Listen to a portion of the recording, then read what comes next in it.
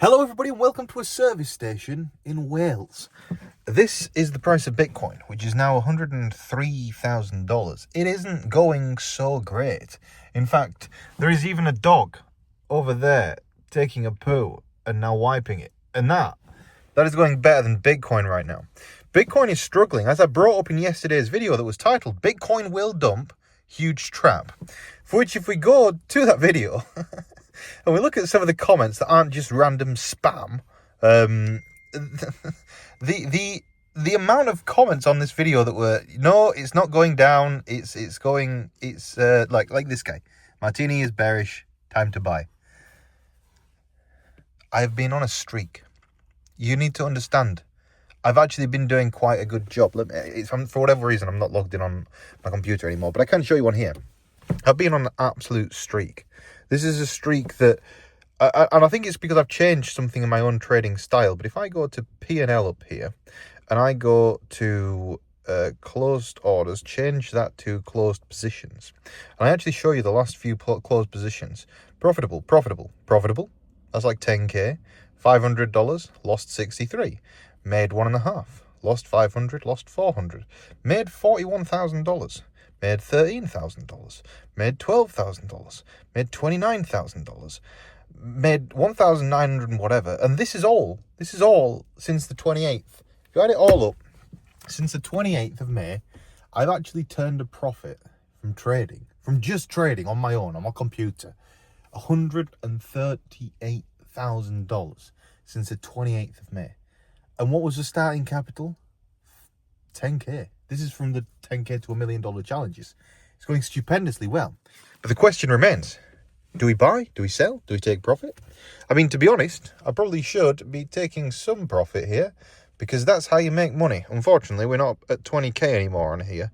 But I probably will in the next 5 or 10 minutes. If that comes back down to where I'd like it to, I'll probably cash them out. I just wanted to film the video now so I can actually show you that I actually have the profit before I close it, because I do a lot of closing trades off of YouTube videos rather than just always waiting for a YouTube video to close a trade. It's probably quite a good time to exit the trade at this point. James Wynn's been liquidated. We've come back down. The one thing that is pretty interesting here is a solid break of this $103,000 level. That really does open up some really juicy ranges down here again at 90k. Something else to point out would be if we go over and we look at what's been happening on the German stock market, we have started to flutter a little bit.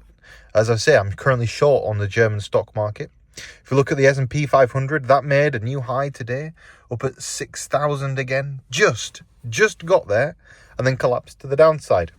I'd be very, very wary about stocks right now. I think prices are high again. I think Bitcoin's high again. As I explained in yesterday's video, when it comes to what's going on, we've got to be very careful because BlackRock's Larry Fink just said more inflation is coming to the US economy. Combine that with Michael Saylor borrowing all of this money and propping up Bitcoin's price. Combine that with Mr. Bukele, who at some point needs to take some profit. This guy is just going to nuke himself to zero. It's going to be an interesting watch for sure over the next few weeks. But the question is, what comes next? And for that question, I'll just clean the screen. It's very difficult. I'm in a hire car. Do you like McDonald's? Oh, you're fat. Why are you eating that crap? Look, I just got off a plane. It's been a long day. I will enjoy myself a Fanta Zero and a hot chocolate from McDonald's. Thank you very much. Now, back to the prices. $103,000. There's a few things that we can take from this, which is A, Jordan is an absolute genius legend, and you should always listen to exactly what he says because he is actually correct more often than what the comment section makes out. And then B, we lose this level here at 103, like solidly lose it. Not just like drip below it, but like lose it. Where it looks like it's not going to come back up. Then we open up the 90s, and that becomes very attractive because if we go over to the Bitcoin liquidation heat map now, and we look at how the Bitcoin liquidation heat map is getting along, we wait for that to load because it will take a while. Come on. There you go, service station internet. It's actually off my phone. $100,000 still not taken out. Still a huge range down here. Billions of dollars getting liquidated down at these levels. Like so much money down here that's going to get absolutely destroyed as and when we go down there. And we will do. we tend to, like, when you start attacking a range, you do tend to completely attack. Whether it's on this ascent or not, or descent or not, we'll find out. Really, if we were to plot something like this, we would say that the low of the range will probably come in somewhere around 100,000, and that would complete kind of a megaphone pattern. So overall, the trend remains bullish, and that kind of fits with everything. The trend probably does remain bullish overall, but definitely during the short term, we are looking at a bearish trend right now. When it comes to Ethereum, that's Ethereum. This is also Ethereum. This is the weekly chart. If we look at Ethereum here on the 10-minute chart, just see how we've been getting on. Again, ETH, it's high right now. We have coming up and testing this $2,700 range. But right now, we're back down below $2,600. Is it a good time to buy? Is it a good time to sell? I would say it's still a decent short position is ETH, because if we go over to the hourly chart here, we can see the oscillator is only just starting to head back to the downside. There's probably a lot more downside within this move because the oscillator is nowhere near the bottom yet. So long as you don't over leverage this stuff and you just maintain a slight hedged short position, you should be okay, and everything like that should remain profitable. When it comes to Solana, back below 150. I like Solana below $150. It means that we can buy it for a lot cheaper, which is ultimately amazing news. So I'm pretty pleased about this. Solana's price, I think, is going to get all the way down to at least $140. That line's been sat there a while. At some point, we're going to come down. We're going to tap it, like James Wynn wishes he tapped his fortune when it was worth $100 million. Because it's not worth $100 million anymore, is it? It's worth nothing. It's worth $700,000 because you didn't listen. James got annoyed at me on Twitter. Fair enough. Like, the post that my admin made wasn't okay. It's a bit mean. But at the same time, James said that I was giving him fellatio in the DMs, which is not true, actually. If you actually look at the messages that I sent to James, I said, James, please close your trades. You're about to lose everything. Stop. Just stop. I can see what you're doing. And I sent him this message when he had 13 million in his account. And he insisted on blitzing it. Why?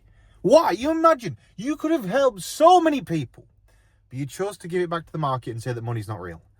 I think it's a coward's way out, if I'm honest. And I think that this is sad because of the difference that this could have even made to his own life. This is not a small amount of money. This is an abhorrently large amount of money. It has consequences to these actions. I don't know what the consequences are because I don't know the fella, but he does watch the channel. And James, honestly, I appreciate you and I love you, but that was dumb. That was so dumb. Like, come on.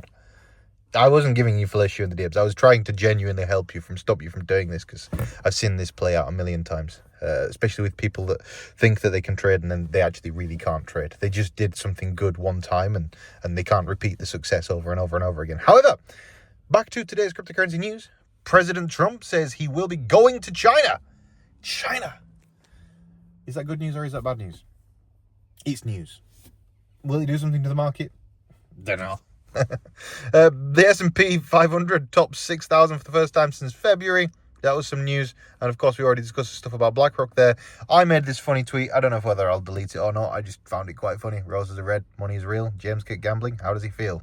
It doesn't help that the screenshot actually, he updated the account. So, anyway, overall, I maintain my short bias. Overall, I maintain some small short positions.